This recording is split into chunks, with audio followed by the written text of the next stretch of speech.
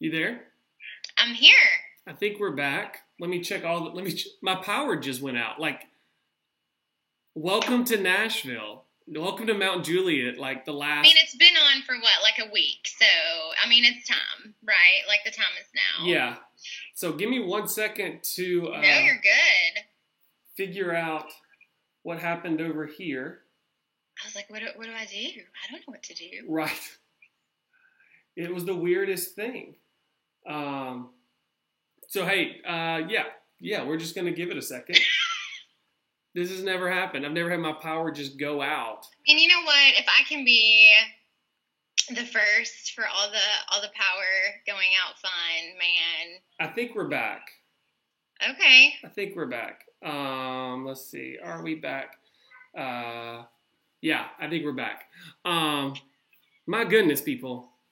This Nashville, Mount Juliet. I know, and ours didn't go out. I'm surprised. Now I'm nervous. I know. Yeah, we're back. I'm checking everything. We're good. Okay. Lindsay said Mark twisted her arm. All right. Sounds So like him. I don't know what you were going to say about these questions that now, like, the whole power went out. I mean, maybe you need to rethink your answers. I don't know what that is. So let's jump into it. All right. So Do I answer quickly? Like, am I supposed to go fast? as You said fast as you know. rapid. Yeah, I'm going to ask the questions. As soon as you give me an answer, we will go. Okay. We will go. So check in over here. Sorry, it's looking like we're not all the way back on. Let's see, open network preferences. Let's see. How do you vamp on live? How do you? So tell us this. This will give us a great. People are gonna love us on this. People are gonna love us. Why are you You're an asking the Alabama? wrong person. Why are you an Alabama fan? Can you talk about that for a second? I would just love to talk about that. I mean, that's where I grew up. So I was 4 when my family moved there, and so my extended family, they live south of. Well, I was gonna say Jasper, but no one's gonna know where that is. So they live down yonder, as we Southerners would say. Right. And so my cousin has always had season tickets growing up. So my friend Cindy, she's like family. She lives in Birmingham. Mhm. And so, I mean, I was probably probably 5th grade or so, maybe 4th grade when I went to my first game. And they were terrible, y'all. I mean, like, Tennessee beat us every year. It was so bad. And you know where I lived, again, like 1 mile from the state line, like we had people who were avid Tennessee fans, Right. avid Alabama fans, and it was always like crazy because Tennessee beat us every single year. And so then Nick Saban, that's how you have to say his name if you're an Alabama fan, you know. So yeah, So it's ingrained. in the Deep. background, I hear. We're just trying to get Instagram set back up. In the background, I hear. Is that Amelia? That is probably both of them. So I have a 7. Well, no, he's 8 now. He just turned 8. He I have did. an 8-year-old son, Anson, Right. and a 6-year-old daughter, Amelia. And we got Mario Kart like right before all of this. We got a Wii before all of this coronavirus stuff happened. And so my now 8-year-old is very good, and he beats my husband a lot. And so Jason is on a mission to win at Mario Kart. And so sometimes Amelia plays and sometimes she's the ref. So I'm not really sure what her role is right now, but that is them playing the Wii, probably Mario Kart, yes. My goodness. All right. I think. Who knows what's happening right now? Actually, I do know what's happening. I'm glad you know, because Yeah, you're okay. I'm just here for the party, y'all. I'm just here. Okay, well, I know YouTube is working, and we'll put YouTube on Instagram later tonight. I think we're back. There's no chance. So, all right, let's jump into this. So, fast questions. Okay. What was your hobby in middle school? Y'all, I have thought about this because this is one question that we had talked about. Okay, so I was like racking my brain because I didn't really play sports, but I love going to games. And so I was a nerd. I loved to read, but I loved hanging out with my friends, like youth group. We were always at each other's houses. But I thought of a hobby. My friend Katrina helped me. I would get like whatever Mariah Carey. Do y'all know her? She was my first like CD that I got. And anytime I got new music, I love music. I would sit in my bedroom floor and I would learn all the words. I would listen to whatever new CD or whatever I had, and I would just listen to it over. I would read the lyrics, look them up, and I would just over and over. Is that a hobby? I don't know, but I loved it. I mean, I was all about it. So where was the spot, if you're joining us on Instagram, I think we're back. Where was the spot that you went to get CDs? Mine was Walmart. Like I went to Walmart. Totally Walmart. Yeah. That's all we had. Yeah, that's true. That's true. All right, so that was. There weren't any other options. That's a hobby, maybe. What was your favorite class in high school, and why? It was an honors English class that I had my junior year. My teacher would dress up as these like crazy characters, and we would read all the novels. And she just like pushed us, man, to go so deep in these stories. And so she was a lot of the reason why I became a teacher too. Because she just loved us and loved novels and literature, and she was awesome. That's cool. We've talked about this. Claire's dad is a history teacher, and he like dresses up for his kids. So in Mount Juliet, what's your favorite go-to lunch spot? Juice Bar. Juice Bar. Juice Bar, Mount Juliet. What's your order? So listen, I was real big on the acai bowls, okay? I still love them, but I've kind of switched to the green smoothie bowl. Green smoothie. It's a good bowl. Yeah. What's a fun hobby that you've been doing during this time? Like during this like COVID time? Puzzles. I love puzzles. Give me all the puzzles. I will do all the puzzles. And also eating guacamole. I have this new love for guacamole. I want to eat all the guacamole. We've got to work on your hobbies, Joy. Like eating guacamole and reading CD lyrics. And puzzles. Don't forget puzzles. Puzzles is like a legit one. The other ones I'm still questioning. If you're in the comments, we'd love to know what's your hobby during this time. So final question. What's been a show you've been binge watched during this time? Or are you binge watching stuff? So actually Claire and I sort of visited this at the same time. Gilmore Girls, I mean, it's just a classic. It's just something that I go back to. I've watched some different other things, but right now, just back season 2, starting it over. Gilmore Girls. Lorelai and Rory Gilmore have been on our TVs a lot over the last few weeks. So before we go any further into kind of what I want, like, you know, I'm not just one. I want our students to get to know our staff and their people, but more than that, I think I also like there's a purpose for each person coming on, right? And so you are our director of connections at Providence Church. Like, so that sounds like a role that if I'm not in the church world, I have no idea what that means. So what's the actual role? What are you doing at Providence Church? So director of connections, basically I connect people. I mean, there you have it. Is that done? Next question. No, I'm just kidding. So really, I help with small groups. I help small groups get started. So if you're new to our church and you want to be involved in a small group, you get online, fill out that little inquiry. Those all come to me. Yeah. So I help get small groups started. The welcome table that you see there in the front lobby, I help organize, like who's at the welcome table. I help mark out with that.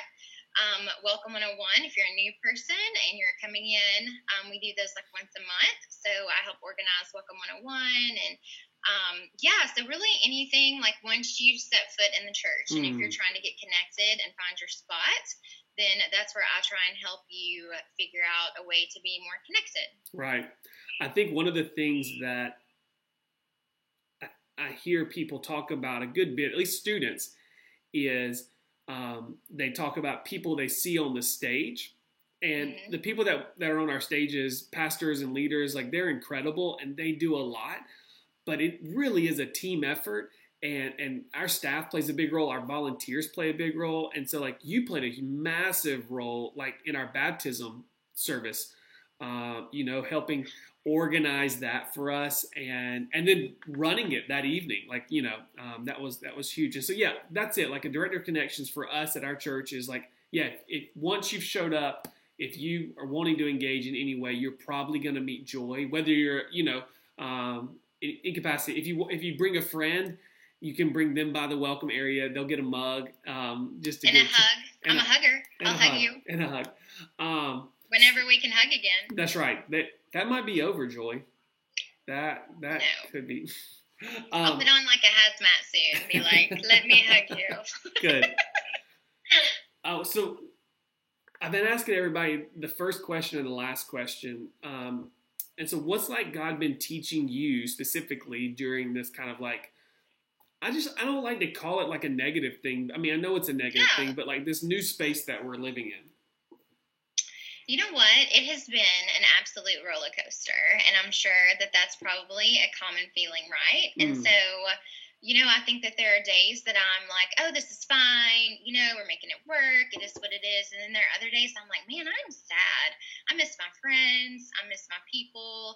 And so it's I feel like at first it was sort of like a spike up, and, it was more that like a mountain and a valley. And now it's sort of like this because we know what to expect. But right. In the control piece, I like plans. I like dates. I like to know this is when this is going to be over. Stay in your house for 2 months, and then you can, I just like the order. I like the routine. And so through this, no order, no routine, even with school, like my kids, teachers, I mean, they do have like a little bit of a schedule, but it's nothing like set in stone. And so that's been hard for me. Like that lack of routine has been extremely difficult. And so in that, it has been, I know that I like plans and an agenda, but I would never, and maybe this is just being not self-aware, called myself like a super controlling person. Like I don't feel like I have to necessarily control every situation, but this has brought that to light. Like, man, I do like to have control over my emotions, over my family's emotions, my friends' emotions. And so God has just really brought that to light for me, and that that is something that I need to work on, and that I need to work on surrendering, and that I need to be okay with the roller coaster, because that's just life. And so I think that that's something I'm really learning right now, like to just be present. It is what it is. God is in control, and he is going to take care of us, and we're going to be okay. Like I feel that strongly too. I feel a peace. I don't feel a fear. I just feel a peace, like we're going to be okay. And so let's just all help each other during this, to get through it. I heard the other day that the crisis doesn't, what was the language? It was like, the crisis doesn't make you better, it exposes you. Oh, and ouch. So here's the thing. It exposes the good part. Me and Jacob were talking about this the other day. It exposes the good parts of you. Like, I think we're growing in empathy for people. We are more compassionate. We are more helpful. We're actually reaching out to people more often. But it also will expose those kind of things that we need to work on, And Absolutely. so, I don't think, the way we see God and the way we read scripture, God did not cause this COVID thing to happen. It's not a punishment, but God will use it.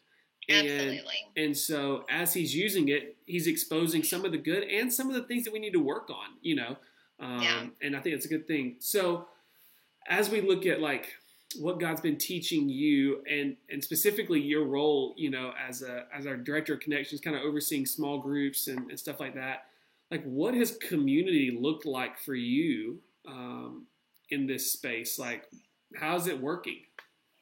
Yeah. So, well, I would say a unique thing at church, as far as like the small group and the small group role, our coordinators, man, they have got it going on. I mean, they are so empowered, and they just have that gift, right, of just leading.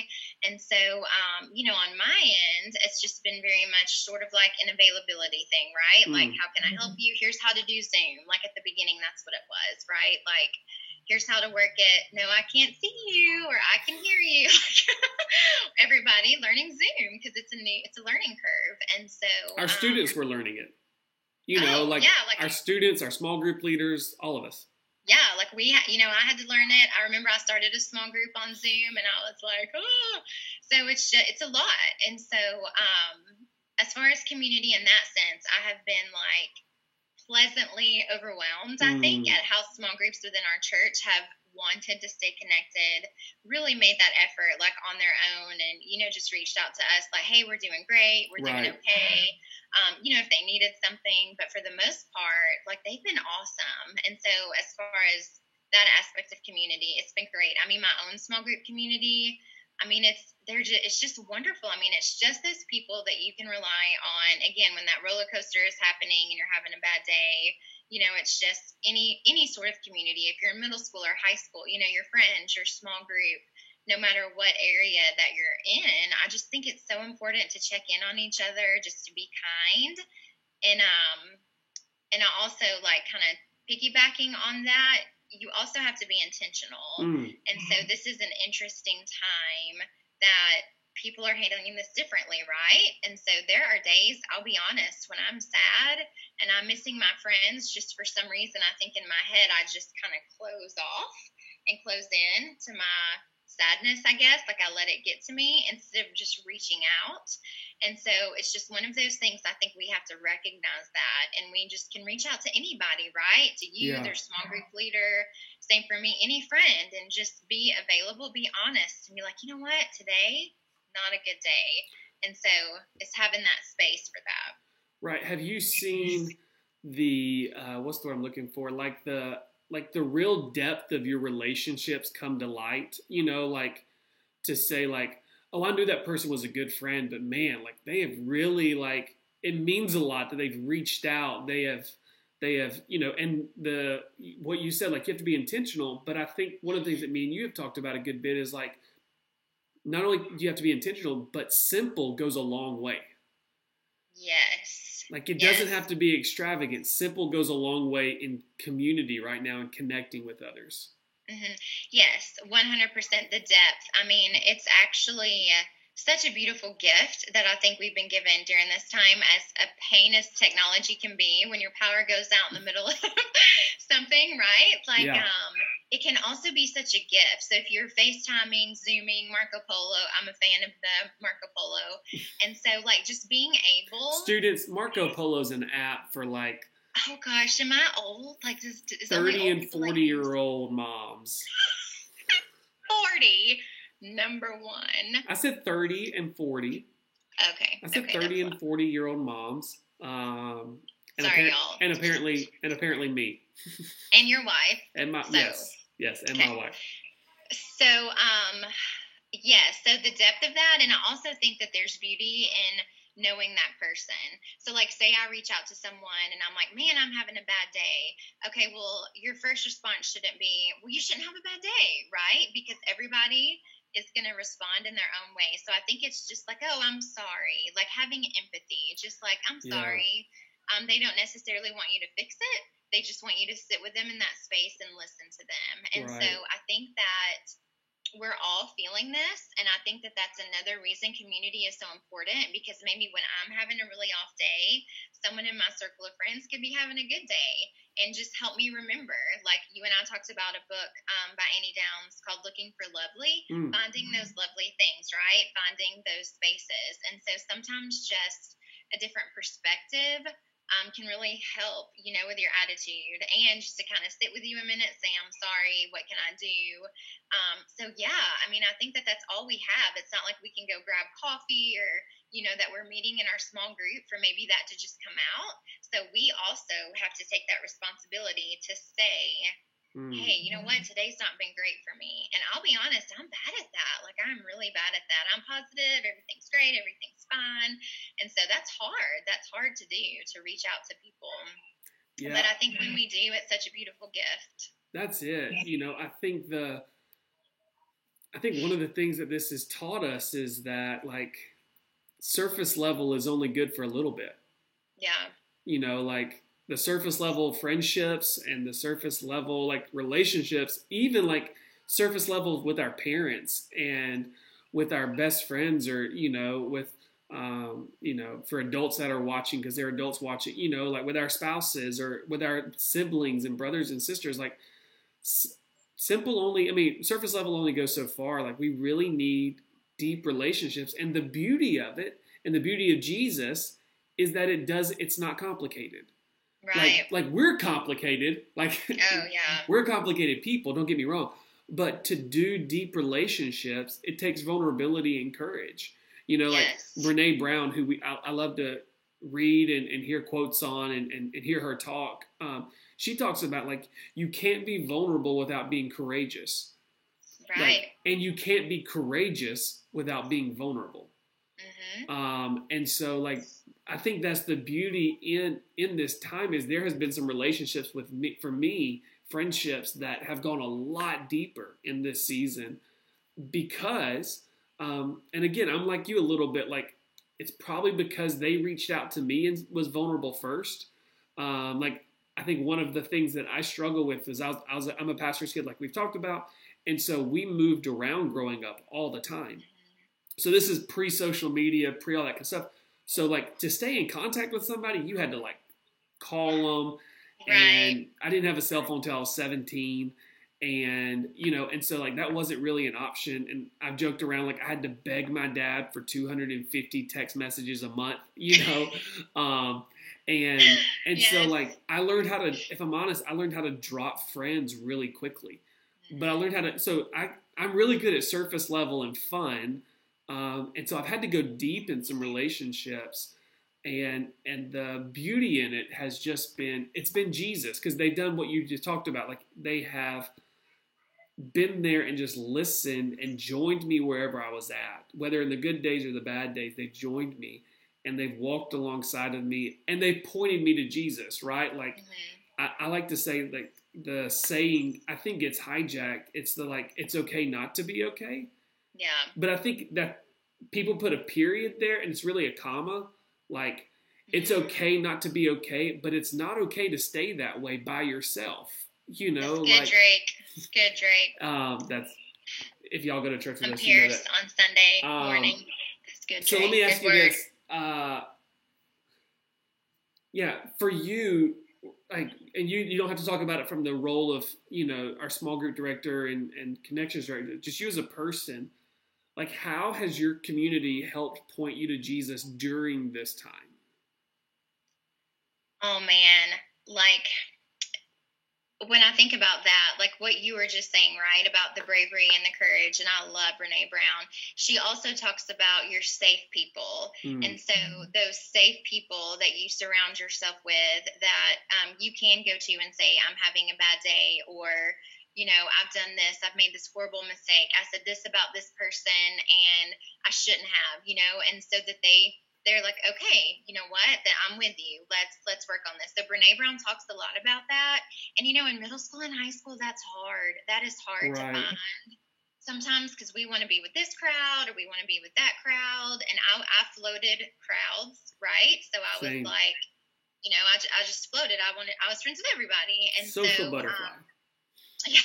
So like, but those are your people. Okay. So when you find, and that's something that I wish like I would have learned sooner, like those people that stick with you, these people right now that we are going deep with in these friendships, those are our people. And so I don't want to forget, you know, when this is all said and done, like those people that did sit with me and did listen to me and did, you know, let me complain about my kids or my husband or school or whatever, right? And just let me get it out and then like, all right, let's move on. And so, yeah, like, and you know, in my own personal community, like how they pointed me to Jesus. I mean, my family went through a really difficult season this past fall. Like my husband had cancer and it was removed, and it was a lot. And so I think about friends like you and Claire and people that were just kind of with us and would just say, I think one of the most helpful things, and Allison Vines on staff kind of started this with us, like, how are you today?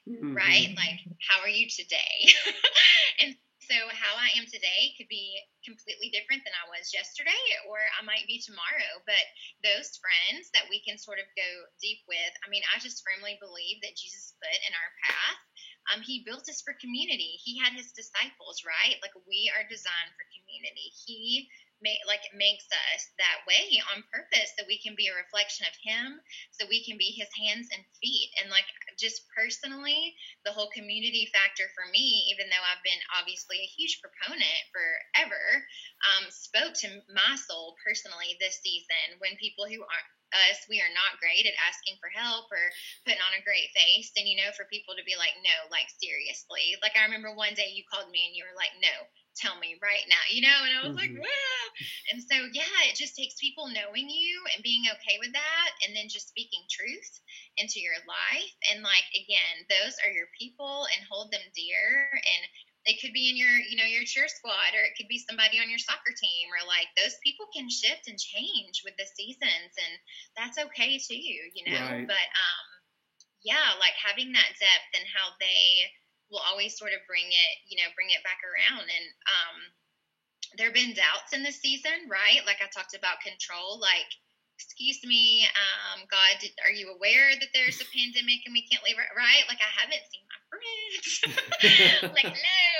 And so, for that time, for someone else to be like, man, I really felt God today, and in this moment, or like I have a friend and we'll text each other things we've read from our devotion, and just, how this spoke to her, or how this spoke, or whatever. And so I just think any outlet that you can find right now, especially if it's a little Bible study, or, something that, God is speaking and he's working and he wants to be near us. And so we just have to open ourselves to accept that. And the best way sometimes he can do it is through other people. That's it. There's a story in Genesis that talks about like the Hebrew people, and they had left Egypt and they were in the wilderness and they were kind of taking land. It was right before they go into the promised land. And Moses is their leader, and he's up on top of this mountain kind of overseeing this battle happening. And I love this story because it said as long as he held his hands up, they were winning. But he grew tired, he grew weary, and so he dropped his hands, and they began to lose the battle. And this guy named Aaron and Hur, H-U-R, came up there. They were by him, and they said, you know what, you sit down, but we'll hold your hands up.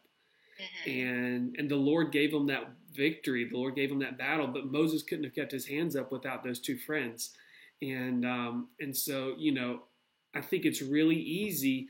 We're in week 9 of this, and somebody said today in a meeting we were in, like, we're not 91 days in yet, and I was like, man, it feels 91 days, and I think my honest moment is like realizing, not in a sad way, I don't think, just in a realization way that like we don't know the end, and so like not trying to focus on that, but right.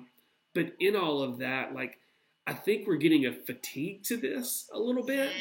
Absolutely. And Absolutely. So this is where we could drop off, and it's really why I wanted to have you on now and to have this conversation is like, hey, this is the time to press in. This is the time to lean in. This is the time to send that text message to a friend and go, hey, I need to talk. I need you just to listen. I need you to be there for me. It's time to reach out to your small group leader, whether you've been going or not going, or to your mom and dad. Like, I don't know if there's ever been a time right now, ever, that we can think of that everybody's going through the same thing. We're going through it differently.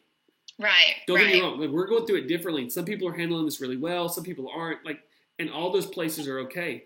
But we're all going through it. And so, so important to reach out. So last question, fun question. And thank you so much, Joy. You stuck in. Like the power went out at my house. And we lost everything, but you stayed on. Thank you so much. Hey, I'm always up for an adventure, So last question, what's something that's been fun during this season, that's new in this season, or, that you've kind of created a rhythm for, and you want to go, hey, I actually want to take this into the new normal when that happens. What's that thing that you want to take into the new normal? So this may sound kind of crazy, right? But my family, we love watching The Voice, okay? Like the show on TV, The Voice. And so we've sort of we're behind a few episodes, but we've gotten into this rhythm of having dinner and watching The Voice. And it's like this bit, like, who would you pick? At first, who's going to turn around? What coach would you pick? And why do you like them? And now, like, the battle round, I don't know if you watch that show, but, like, my kids are so into it, and it's so funny, like, to hear them. And y'all, my daughter is like sassy pants, and so she always has an opinion, and so it has just been really funny. And we try to do great about family dinners or, eating together, even if we're at a restaurant, be intentional about like, we always do highs and lows with our kids. Like, what was your high? What was your low? And so we're with them all day. Right. And so we're always talking about the highs and lows, but I'm like, man, stuff like that, that's just like fun, a fun thing with them to do. Like I know that probably seems silly, but that's just something that as a family to do together. I mean, we do like movie night and stuff like that, but just something a family rhythm, that we just kind of have kept doing. We watched the Dude Perfect documentary. Yes. Last night. Yes. Like we were all about it. So yeah, just finding stuff like that that we can all enjoy, which can be tricky, with a boy and a girl, a son and a daughter that they all like. But just being really intentional, I think, with those moments. I love it. So good. Well, Joy, again, thank you. I'm going to ask you, are you good praying for us? Sure. Yeah. Absolutely. So before you pray, hey, thank you so much, everybody, for sticking in, whether you watched it live or you're watching it later.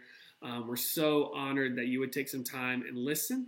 And I hope it's been beneficial. I hope you've kind of remembered or realized or kind of just sprung back up saying, hey, like, community is deeply important always. And Jesus is at the center of this. Jesus is at the center of community, and he joins us in it. And he joins us lovingly.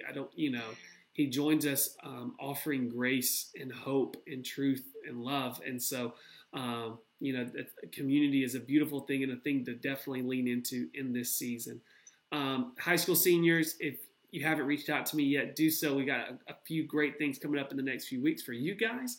And as we honor you and everything that you've been going through. Hey, next week, we've got Shelby Wallace on, which is our worship leader for our wake nights. He's a worship leader on Sunday morning. He's got the best hair. Such good hair. Yeah, great hair. And that's why I'm growing mine out. It's because I just want to be like Shelby. And he's so nice. He's nice and he has good hair. And he has a 10-month-old daughter, Amara. Oh, so cute. And so we're kind of in that same boat together. A great friend. You all know him if you've been around students. And we're gonna have a great conversation about what does it look like to worship in this season. And so I hope you guys will join us. So Joy, pray for us, and we'll be done. Sure, absolutely. Thank you for letting me be on. Always. All right, let's pray. Jesus, I just thank you so much for Pierce. I thank you for his role that he has at our church, and for Claire and Sweet Image, oh Lord. I just thank you so much for what they pour into our church, into our people. God, I just thank you for every person that was here tonight. And I'm so thankful for community. I'm thankful for how you place people in our lives and how we can just surround each other, how we can lift each other up during this difficult time. And I just pray, Lord, for anybody that's maybe struggling to find community right now, or struggling to find friends, who feel alone, who feel sad, who feel scared. I just pray, Jesus, that you would just wrap your arms around them right now in this moment. And I just pray that you would give them the right person to reach out to, give them a song, give them a scripture, give them whatever they need to just keep pressing on. Thank you so much, Lord, for the opportunity to be in this space and to be with these people. In your name I pray. Amen. Amen. We love everybody. Love you, Joy. Tell Jason and the kids we said hey, and we'll see everybody next week. Bye. Bye.